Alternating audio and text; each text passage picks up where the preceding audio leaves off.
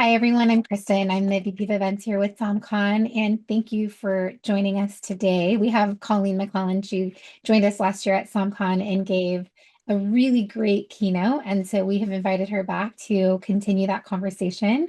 So I will turn it over to her and let her start to walk through some of this really interesting data that her and her team have put together. Thank you. Yeah, it's such an honor to be back with everybody, and I'm looking forward to seeing folks again. Hopefully, those of you on the call can join us in Washington, D.C. here in just a few weeks, and if not, in San Diego in November. Today, just want to remind everybody, what authority do I have? What are we even talking about here? Datassential is an all-in-one AI-based platform. We've been in business for 20 years plus. We provide information on economics, industry insights around the restaurant landscape, menu trending information, consumer preferences, benchmarking for chains, both in price, as in limited time offers and brand standards, as well as sales intelligence for those that are looking for lead gen, trying to sell into the on-premise. So that is the backdrop of where our information comes from. And today we're going to cover kind of an updated state of the menu as we are now through the end of 25 and we're into 26. We're going to look at some consumer shifts, some demographic trends. We're going to talk about flavors, and more specifically around the bar area, more so than wine, obviously. And then future trends in adult bev. So that's kind of the lay of the land. And I encourage you, please feel free to use the chat if you'd like. If you're brave and you want to come off, you want to come on camera, come off mute, and ask a question along the way, I'm here for it. So whatever works best for you, I'm here to support.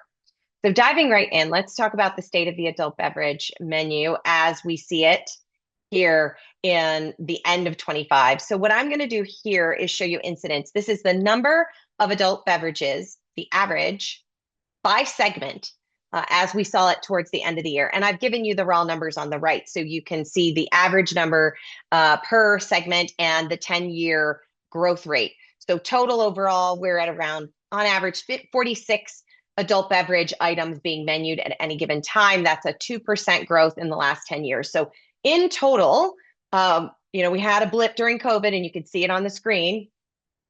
Menus started to shrink. They have actually started to recover, and we're starting to see slight growth or expansion back on what we're putting on the menu. So you can see the segments that have had the most growth is fast casual and QSR, to be honest, which the reason your 10-year growth is so big, even though those lines at the bottom look fairly like they're moving, is because their menus were so small to begin with. So many had zero. But the takeaway here is that fine dining still leads the way with the lion's share of number of offerings they're exposing to a consumer on a menu. Limited service is now breaking into the space with an average of 7 to 11 adult beverage items, which was at one point completely zero. And it's shocking to see how quickly those RTDs have enabled them, since they don't have to open, mix, and pour, legal age, et cetera, with training and staff. The RTDs have enabled many to be able to offer and more expand themselves into like a dinner or brunch day part. If I want to just look at wine, this is actually the segment of the adult beverages that drives the lion's share of why there's so many offerings.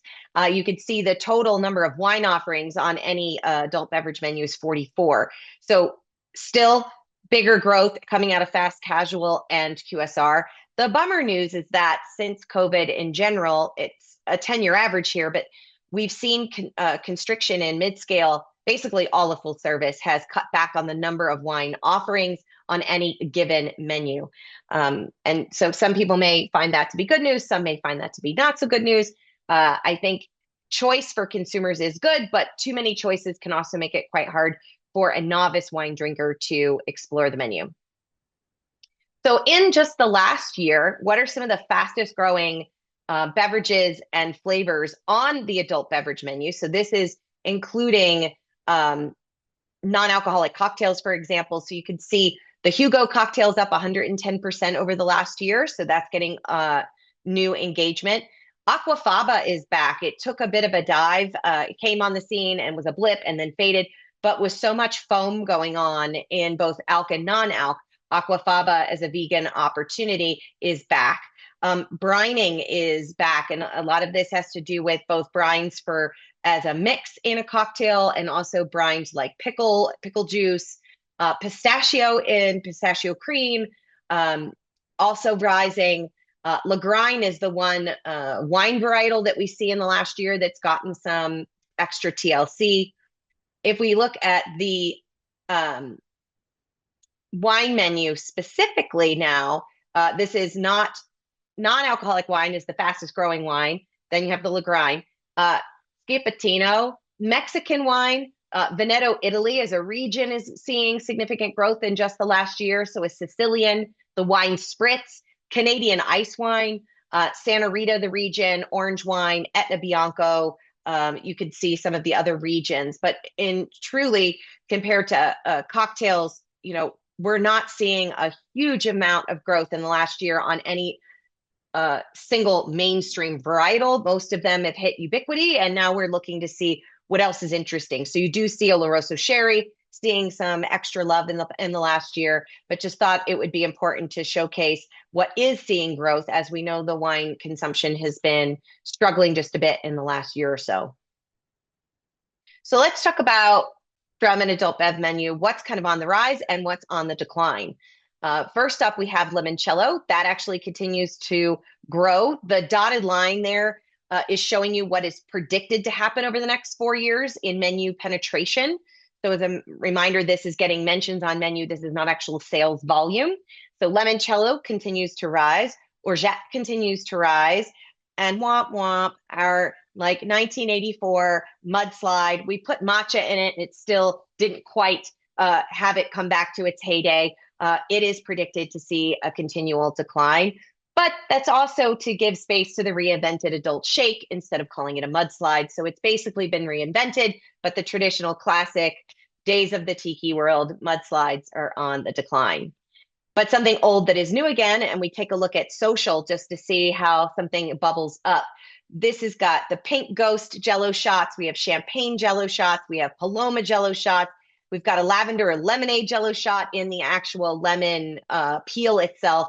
So the 80s are not yet dead. The jello shots are back, but in a much more high-end and extravagant way, even at home. So here we could just take a look at what the mentions and engagements have been since 2024 and the spikes all through 2025 and now continuing into 2026. We could take a look at just some of those on TikTok and Instagram. We've got a Starburst Jello shot, the really funky Petri dish for Halloween, which is very cute and interactive. But Mango Nata, we've seen that in cocktail, but now taking Mango Nata and putting it into a Jello shot. And then, with me kicking and screaming all the way, we still see Cooking with Holly B showing pickle Jello shots. I don't know why pickle cocktails and pickle beer. I don't know why pickle wine. I don't understand it, but it is still there and people are experimenting with it. And now we've got it in the form of a Jello shot. I think more cool is okay, sorry, this is going the wrong direction. Jello shot that is actually think of boba, but a Jello shot. So you have a cocktail shot inside your cocktail.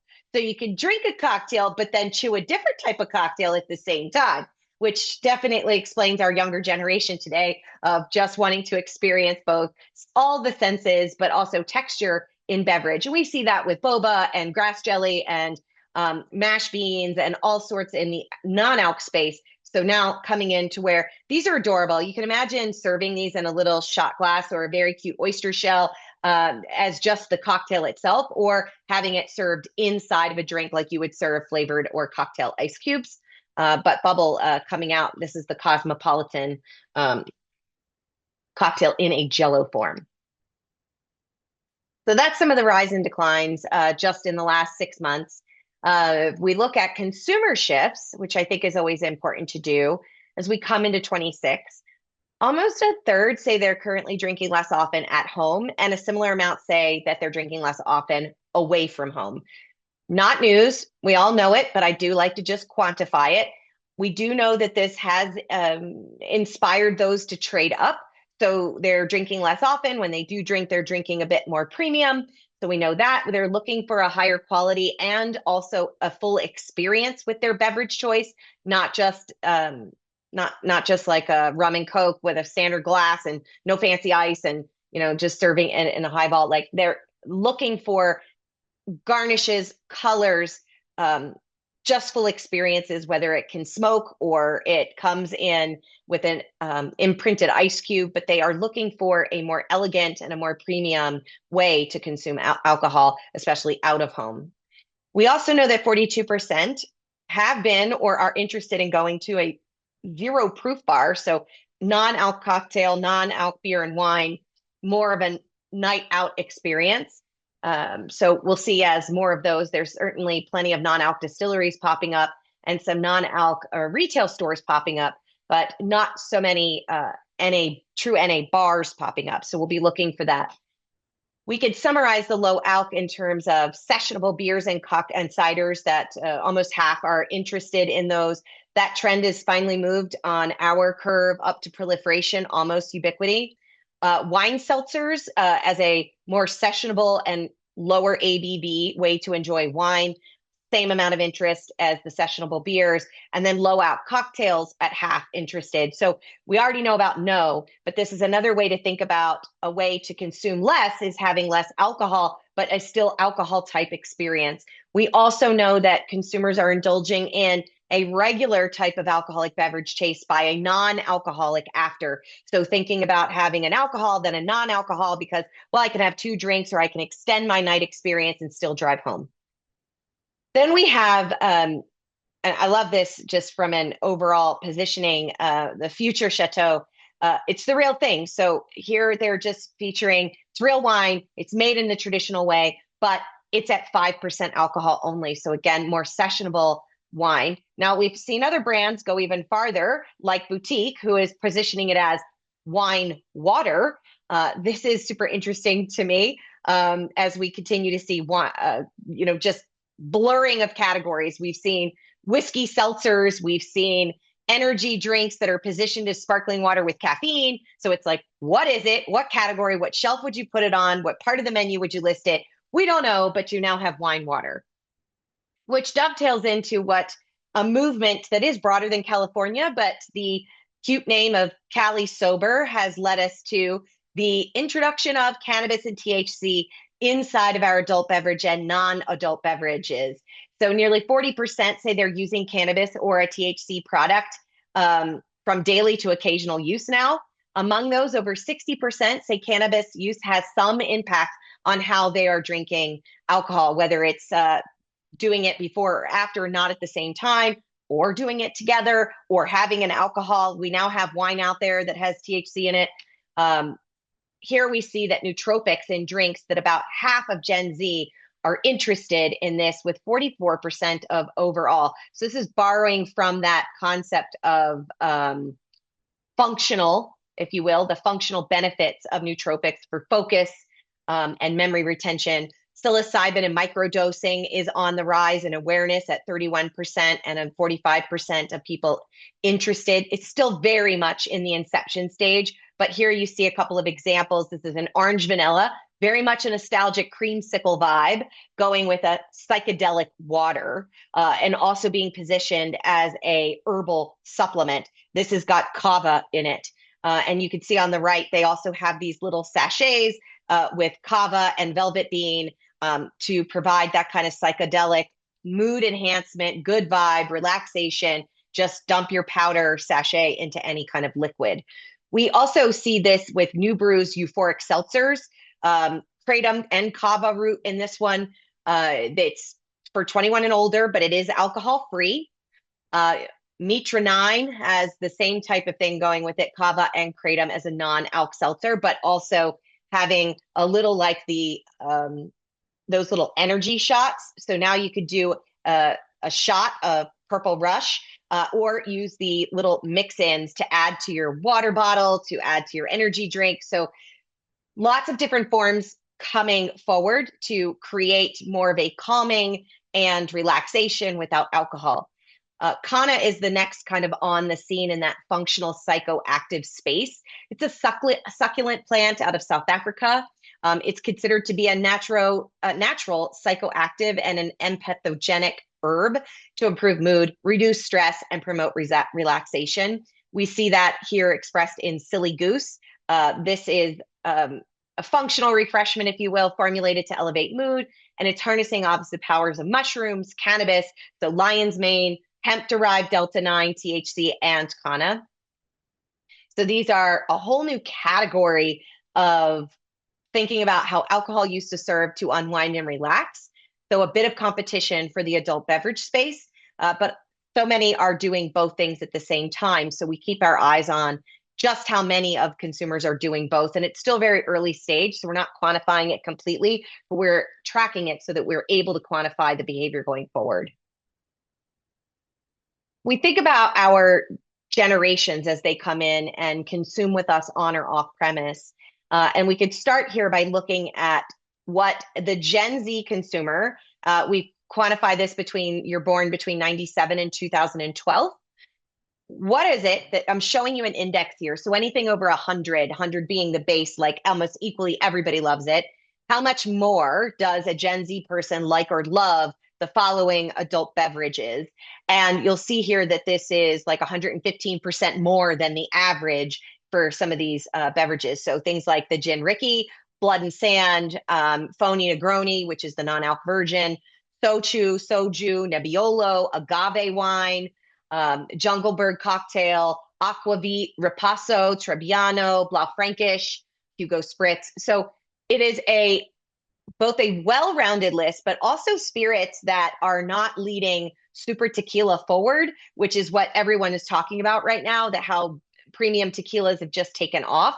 A lot of that being driven by our millennial partners in crime, but our Gen Zs seem to have quite a well-versed palate. For the millennials, that's 1982 to 1996 is their age groups. Here we're looking at things like Genepi, Rio, Vesper, Pastis, Blaufränkisch again, Nero d'Avolo, Frosé, canned wines, Albarino, the Kamikaze, bringing the 1980s back, a French 75, the Michelada, Tempranillo, Milk Punch, so things coming out of New Orleans, and Tiki. That's still very relevant for our millennials, but the Italian varietals pop here for that group. Our Xers, this is Fuzzy Navels, the Hurricane, Cape Cods, Alabama Slammer, Rum Runners. It's not that they don't like those other things. This is just saying that distinctly the Mudslide, for example, is probably has a more nostalgic place in their hearts than it does for a millennial or a Z. And they're just not large enough as a community to make that Mudslide keep pushing forward. So a lot of these shooters and beverages like schnapps, like everybody's like, well, who thinks of that anymore? And it's like, well, they might be embarrassed to admit it, or the fact that they love blush wine more than anybody else. But these are the things that the Xer community, though very small, grew up with, love, and still love more than anybody else. And our beloved boomers, sad but true, as that generation fades their disposable income and starts putting their money into further retirement and healthcare, they're the ones that love so many wine varietals, more so than any other generation. So as one takeaway for us in the wine space is that things like Riesling and Sauternes and Red Zin, Shiraz, California wine, Chenin Blanc, we need to do a better job at trying to figure out how we get those varietals introduced and loved by our youngest generations, because we really are starting to lose traction with them on wine varietals as they lean into flavored wine and fruit wine. And, you know, some of the romance, they don't really need it. They don't really care about the corking and the bottle presence and all of that. But there has to be a really introductory way to make it light, easy, engaging, fun, to get to engage with some of these other varietals that, if we don't engage them sooner, will start to fade in the distance, and we'll start seeing vines grafted to something else. So 64% of our consumer population out there are looking forward to new food and beverage trends in 2026, but it's certainly highest among millennials and Gen Z. And I mention all that to say, in the past, we've always known that away from home has been the place that sets the trend. That's still true. But also, consumers used to first experience a new beverage or a new food item out of home. So not only was it present there, but I went out in order to do it for the first time.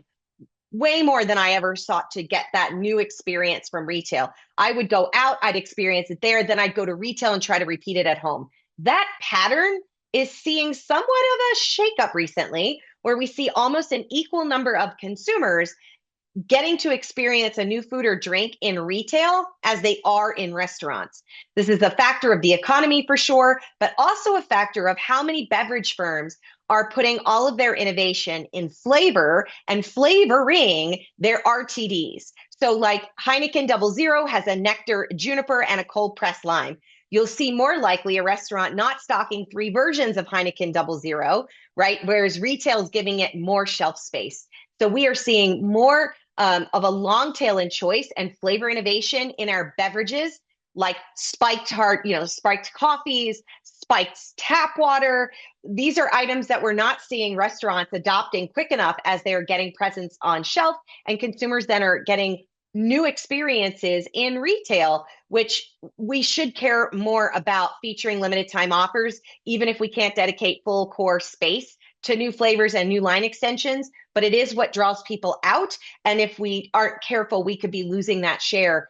I mean, next year we could see these numbers inverted and then slowly start to erode our away from home traction to trying something new and fantastic. So I encourage people to think about how we can feature new items, even if it's for a limited time, just to help consumers get to come back and experience new things with us on premise.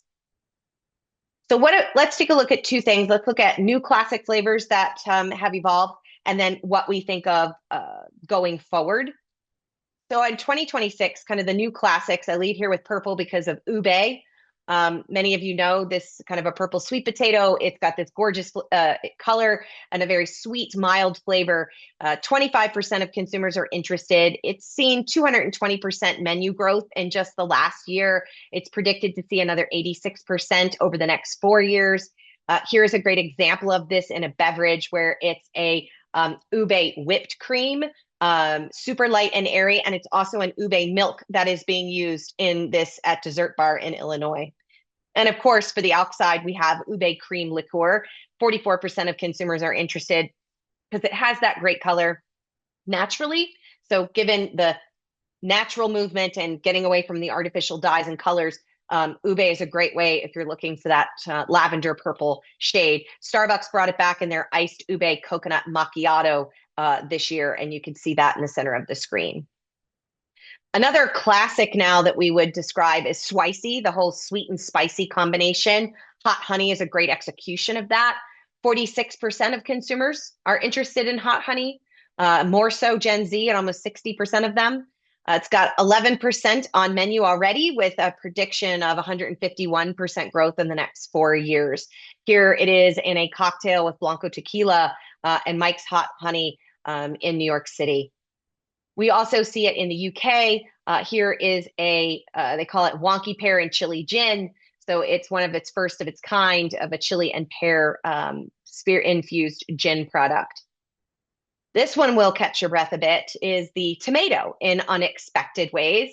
Maybe you got a chance to try the Heinz and Smoothie King Heinz ketchup smoothie limited time offer that was out there. I think that was more for a quick engagement. I think more often what you're going to see is what you have here at the Wayfaring Stranger cocktail, where it's got a garam masala foam, and then that red kiss at the top is a tomato dust. So a pulverized, dehydrated tomato, either salt or just the tomato skins, giving it, leaning into kind of that savory umami effect. So creating that mouthwater feel.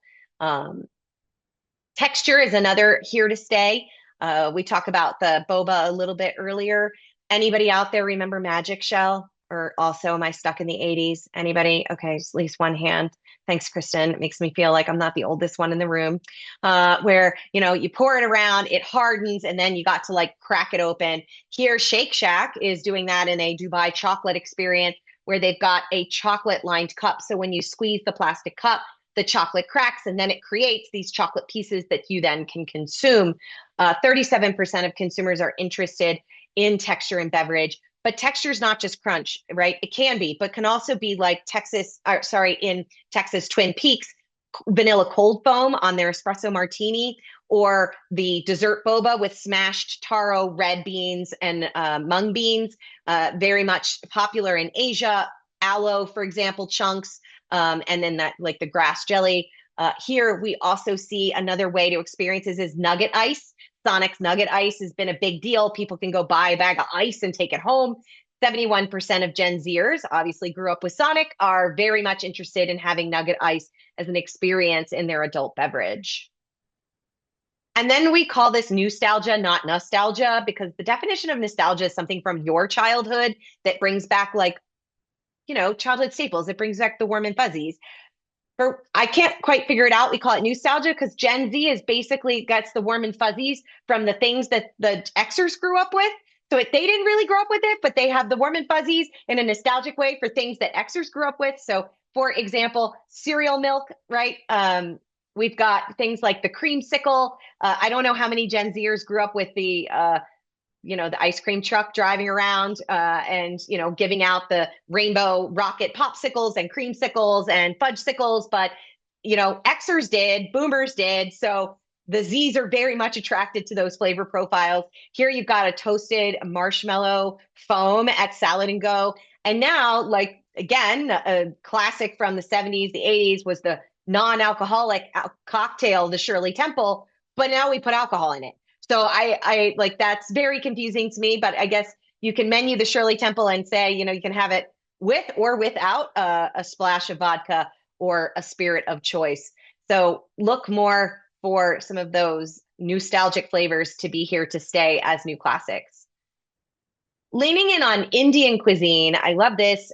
Jigger shots are classic Indian paired flavors where you can shoot it or sip it over ice. It's supposed to be triple distilled, gluten-free. It's a spirit with Himalayan water and the Indian flavors of like sour mango, lychee rose, a coffee toffee, meeta pan. It is very different than what we've seen behind the bar as of late. And then, I mean, I couldn't help myself, but the cocktail's called Butterface. I'll just let you do with that what you will. But it is a butter chicken inspired cocktail with an illegal mezcal, empirical ayuk, fenugreek, garam masala, and lemon. This is at New York City's kind of first all Indian cocktail bar, and it's serving up very fresh and different drinks. They have other cocktails like Nothing But a Ghee Thing, Who the Chat Are You? So very much but play on the Indian cuisine dishes and, slang, which is cute. And then our youngest consumers, again, didn't grow up with MSG being taboo or being like removed from all salad dressing and being the thing that every food manufacturer worked to strip out of their labels. It's now back as something that people are like, oh, MSG, that's cool. I like that mouth-watery feeling of umami. And so here you see the cryo sleep, an interrupted cocktail, basically the martini, but it has MSG in it to create that mouth-watering feel. I think you'll see less of that. There's some experimentation. You're seeing probably more of the natural way of miso and caramel miso and mocha. Here, Starbucks had the umami caramel miso hot cocoa with edible gold flakes. I think that kind of cocoa, it's basically like salted caramel if you think about it, with the salt coming from the umami miso combination. Piloncillo, again, this is just boiled cane juice that's, shaped into a cone, very popular in Latin America, but it has a very intense caramel molasses flavor. So we're seeing that now used inside of cocktails. So here you've got a margarita with pumpkin and caramel that's been caramelized in that sugar and then dusted with cinnamon on the rim and then a little bit of cinnamon stick on the top and a garnish of lime. So bringing out that kind of fall experience in a different new way. So keep your eye out for more of that, as well as ancient grains being used brewing beer. So this is a fonio kolsch, where fonio has been substituted for some of the malted barley. And that's in Michigan. So again, we're not just looking at things in New York or LA. Some of this is from Kansas, Michigan. We're seeing these kinds of trends popping up now in bars all around the country and not just out on the coast. I'm going to pause there before we go into the future of drink and see, does anybody type any questions in, or does anybody have any comments that they want to share with the group? I don't see anything in the chat. Okay. Give it a sec. Anybody wanting to come off mute or share any stories or anybody had a butter-faced cocktail?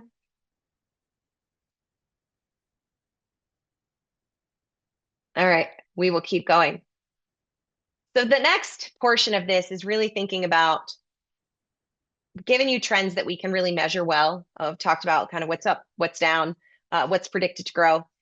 Part of Datassential's process is there are a lot of onesie twosies out there that we observe, and they're not on a lot of menus yet, so there's not a lot of statistics. And we experience these and say, okay, let's start to track consumer awareness around them.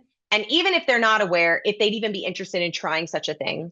So we call this our future of drink research. We tested 137 of these very, very early stage beverage trends, only with 21 and older, who do enjoy an adult beverage at least once per month or more often. So we don't ask non-drinkers how they feel about it would dampen the results of like an alcoholic trend. So these are people that at least enjoy alcohol some of the time. They're legally able to do so. It's over 3,000 consumers. And it is balanced by that kind of age, income, ethnicity, gender, et cetera, et cetera. So at 137 trends, we're not going through all of them today. You're welcome. I'm sure that would put everyone to sleep. What we're going to look at is some highlights. So when I talk about the 137, we've done this year over year. As trends start to progress, they do become more measurable. We graduate them. They're no longer in this study, and they just become things that we can cite on consumer preference data, menu tracking. They're just around and easy to quantify. So I thought I would share with you things we're not talking about now because they've graduated up to more of a proliferated or ubiquitous level of trend. And that would be milkshake IPAs, alcohol-free beer, alcohol-free spirits, alcohol-free wine. That's why we were talking more about low alcohol, because that seems to be the next gen behind none is just lower. Beer cocktails, beer with a hint of lime, mocktails, traditional fat washing. We're looking at more vegan fat washing, like with coconut milk and olive oil now, instead of using actual animal fats, because that's not gone. It's just way more popular. Hard sodas, hard coffees, New England hazy IPAs, ranch water, the single serve bottle or canned RTD cocktails, specialty global beers, unique flavored hard ciders, and then wines from unique areas like Michigan, Texas, New Mexico from the United States. These were all once earlier stage trends that have now graduated up and become much more popular. So we won't cover those in any depth. So then we want to tell you, well, what's moved since the prior year? What's moved from like the inception to adoption or adoption to proliferation stage? And that is the low alc session beers and ciders.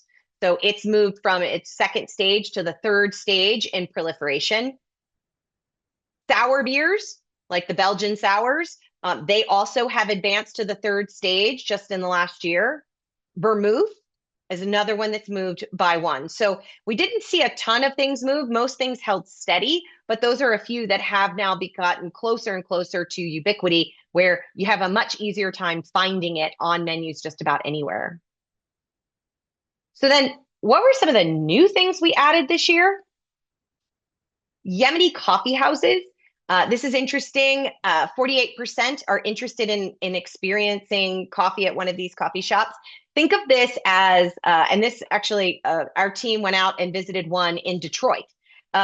What this is they specialize in coffee. It's a cafe experience and a nightlight kind of vibe in the evening.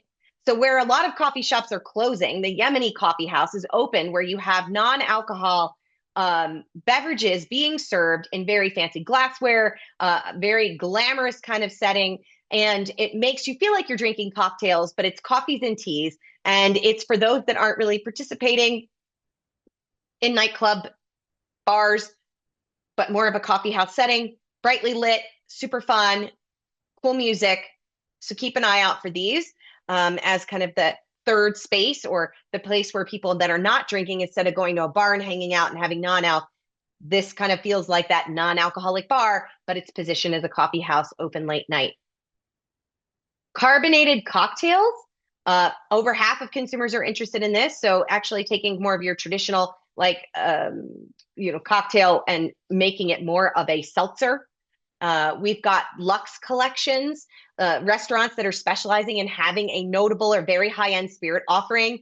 This is a 51-year-old that is positioned as the longest tropically aged rum ever released. There's like 25 decanters available worldwide. So the out-of-home experience that has one of these on shelf and touting that they do, and for limited times able to pour off the top of this, 63% of consumers, again, drinking less, but drinking more premium. This is kind of an experience that restaurants can create. This is Arak, so very much anise flavored, similar to Raqqa or Ouzo. So several, Middle Eastern countries offer this kind of a licoricey aperitif or digestif, depending on the consumer's time of consumption, but about a third are interested. And this is important because black licorice, that flavor of anise, black licorice is one of the most polarizing flavors still today across all consumers among things like anchovies and olives is black licorice. So it ranks up there as one of the most hated flavor profiles. So the fact that we have a third interested in consuming it in this way actually beats out black licorice. So that's interesting to note. We also have Racia, almost half of consumers interested here. Distilled spirit from Jalisco. It's made from the agave plant. It's kind of reminiscent of tequila, but its flavor profile kind of ranges from fruity and floral to herbal and even pushes the edges of funk a little bit. So keep that in mind for behind the bar.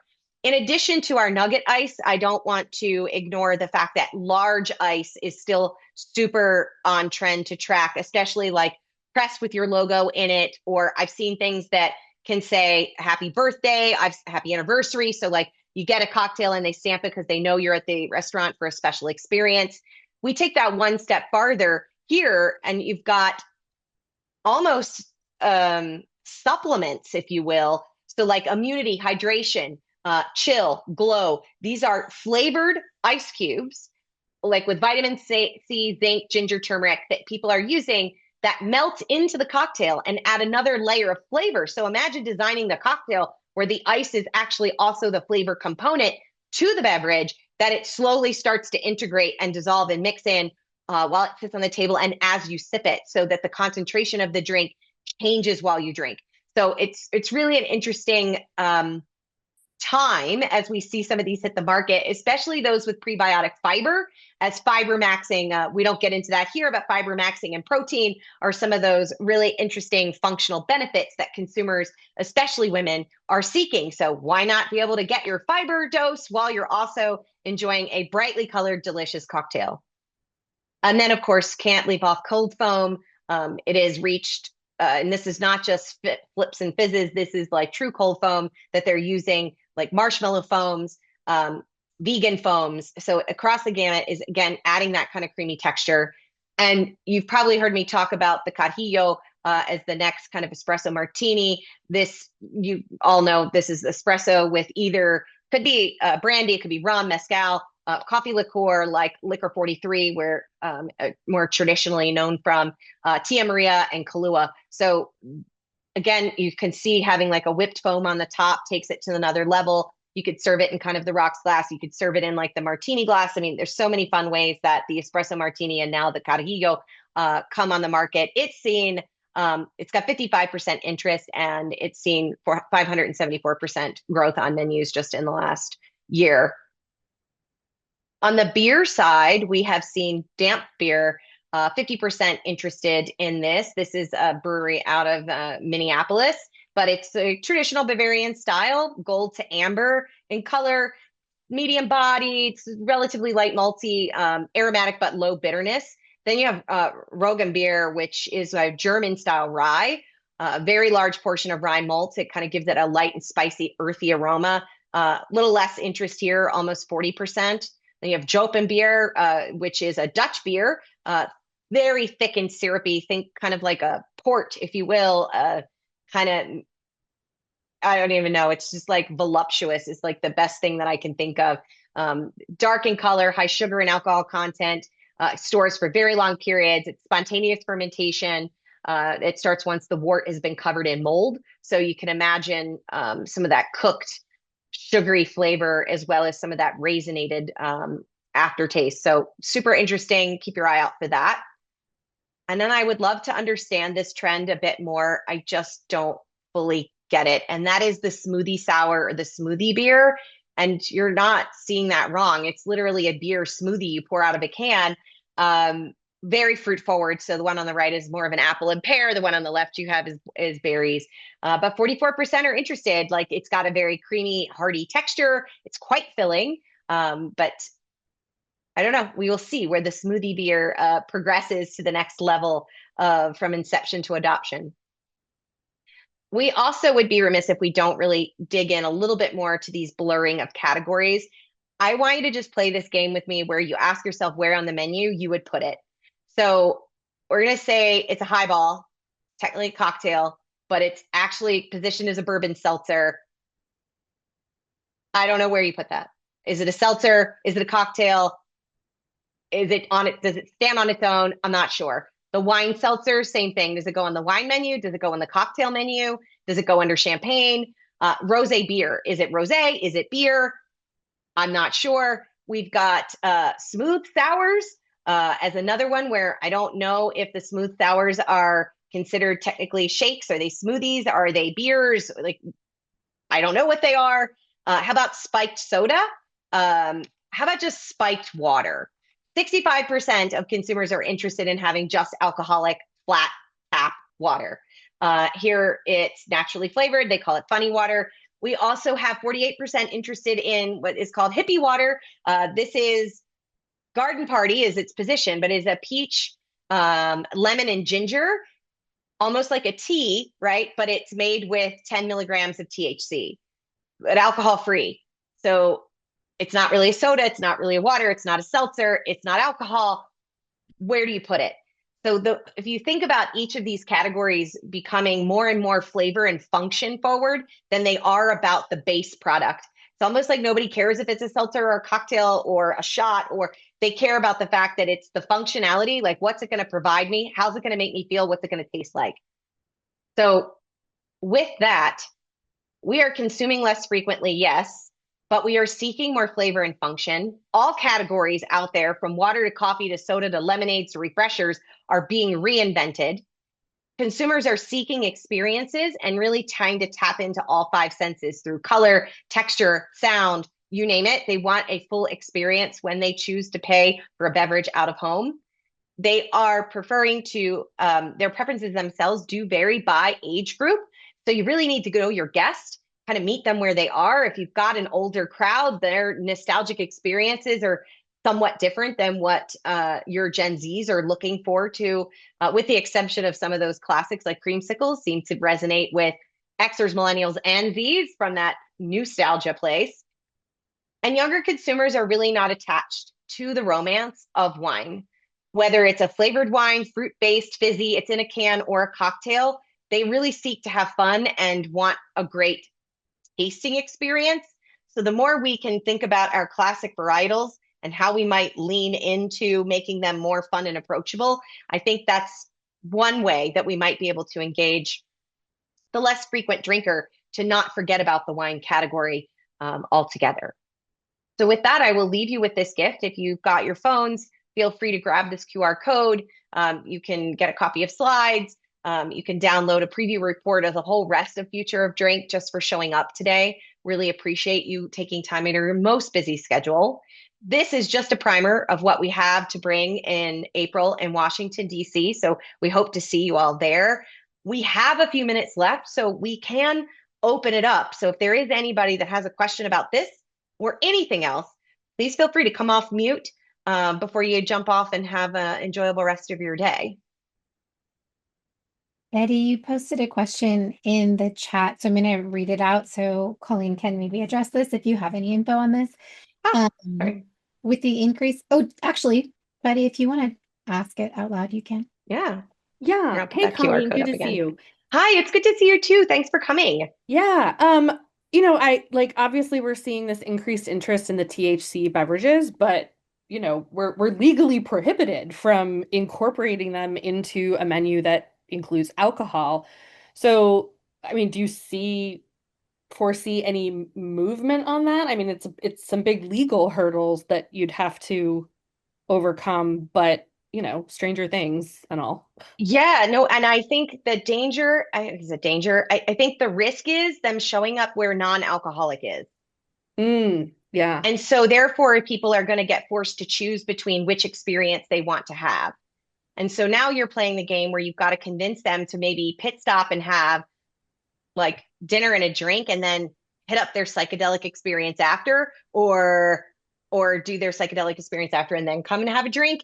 That's what I think is going to happen is they're going to be torn, or Yeah. they will just be resolved by getting it delivered. They'll have it at their house and they'll never leave. And Uber Eats will be their delivery vehicle, Yeah. and the likes, right? So I think the industry itself will have to continue to push for the legalization at a state level. I think there will be crowds that will push for that because I do think they will consider it to be unfair competition. Yeah, I mean, seems like an interesting opportunity for, Yeah. the alcohol lobby and the cannabis lobby to actually cooperate. But yeah, we'll see. Yeah, I hear Yeah. you. Yeah, it is a strange time. And I think people are absolutely rushing, brands are rushing to the market to have an option, even in states where it's not yet legal. And like they have it on the ready because they feel like at any day now, state by state, some of this is going to flip. Yeah. Thanks. Wild times. Anybody else? Really interesting. Anything surprise anybody? Anything got gross you out? Anything that you vehemently disagree with? Well, I would love to hear that too. I would try the pickle jello. You would? I Okay. would. But I like picklebacks. I like pickle sunflower seeds. I love Okay. martini, Like you know. I like it in like a Bloody Mary, and I'm down for pickles. I love pickles. I just don't quite get why I'd want to pickle. Like I had a pickled beer once. I did force myself to try it because I thought it was so gross that I needed to like. And I was like, this. It tasted like a goza. It just tasted like a little bit of a salt in the beer. It Mhm. didn't taste like dill pickle, so I was not offended by it. And then I was like, well, that's like mismarketing. Well, It's it's like almost more like like a crisp, salty beer, refreshing beer. It wasn't dill pickle beer, and I thought I was going to get socked in the face with like dill pickle flavor. And so maybe I would like the Jello. Maybe the Jello shot would be fine. more like a brining, like if you were doing your olive juice for a martini, maybe that. Which that totally, I get that too. Like I'm down with that. So maybe I just need to broaden my horizons. But I've seen so many pickle flavored things these days where a pickle slushy, like that just and maybe it's like a Gatorade. Like maybe it's really just kind of like the taste of a Gatorade, and it's very hydrating. But I just keep envisioning myself putting a slushy in top of like a pickle juice container and drinking it and going, oh, All right. all right. Any, Well, I, One more thing, Colleen. Can you tell me yes. how, I just was just wondering how you collect this data. I think you mentioned it earlier, but I couldn't write it down. Sure, How sure. do you collect these data? Yeah, great question. Happy to recap that. So menu wise, we collect just under 5,000 menus across QSR to fine dining. It is balanced to the US Census. So meaning like if fine dining represents 1% of all restaurants in the United States today. We know that because we collect all the operating units and we know all restaurants and food serving locations in the United States. From that, then our database will have 1% of its menus be fine dining. But we also balance it by region. We balance it by cuisine type. And it's balanced by the segments.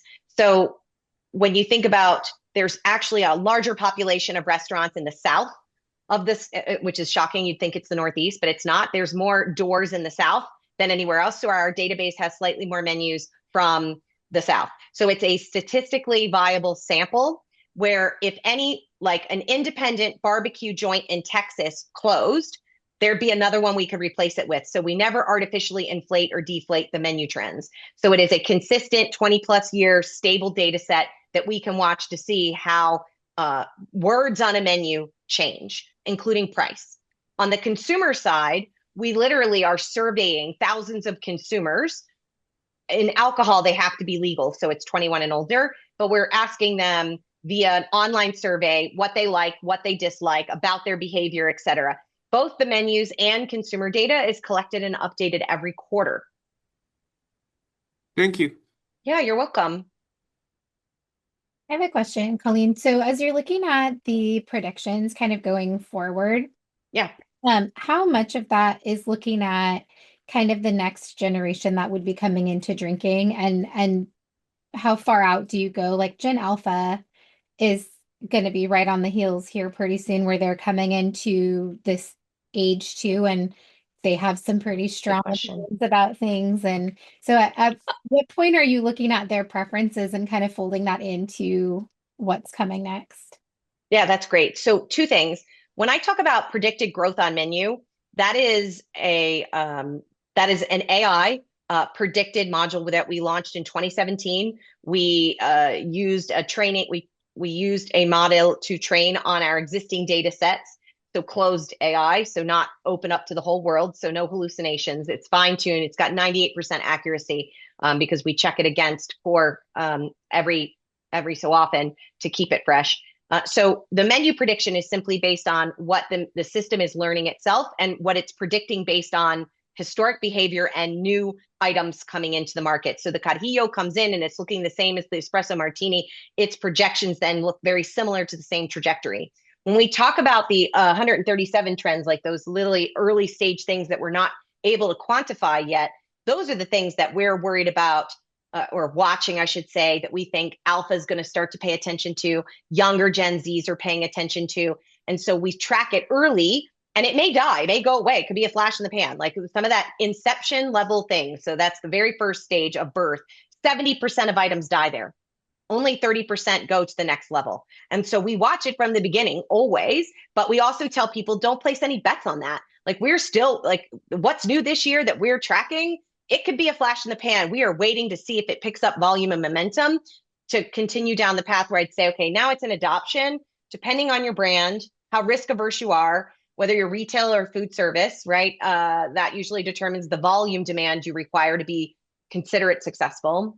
Oh, yeah. That's when we would tell you act or you need to wait it out a little bit longer. Or you missed the boat and like at this point it's too late and it's fading out. So I wouldn't waste investment money trying to get in on it. So that's how we look at it from the consumer perspective. But we also keep saying like, let's not get too far ahead of ourselves as most people are planning menus and making decisions for the next 24 months. And in that world, plenty of Zs aren't legal drinking age yet. So even though they are drinking less and drinking higher quality, we have a boat ton more of them that aren't even legal age yet. So our real concern is really vying for their attention in what is becoming a very blurry, crowded beverage category with tons of functional benefits. So as they are leaning into protein and fiber and drinking their meals, like, man, we have an uphill battle just to stay relevant and to keep in front of them. That's great. Awesome. Anyone else have any final questions for Colleen? Okay. I just appreciate your time. Thank you so much for coming out today. Obviously it's recorded. So if you have friends, let them know that they can reach out and they can get a chance to watch this after the fact. And we hope to see you guys in April. It's right around the corner. So thank you so much. Enjoy the rest of your week. Have a great day.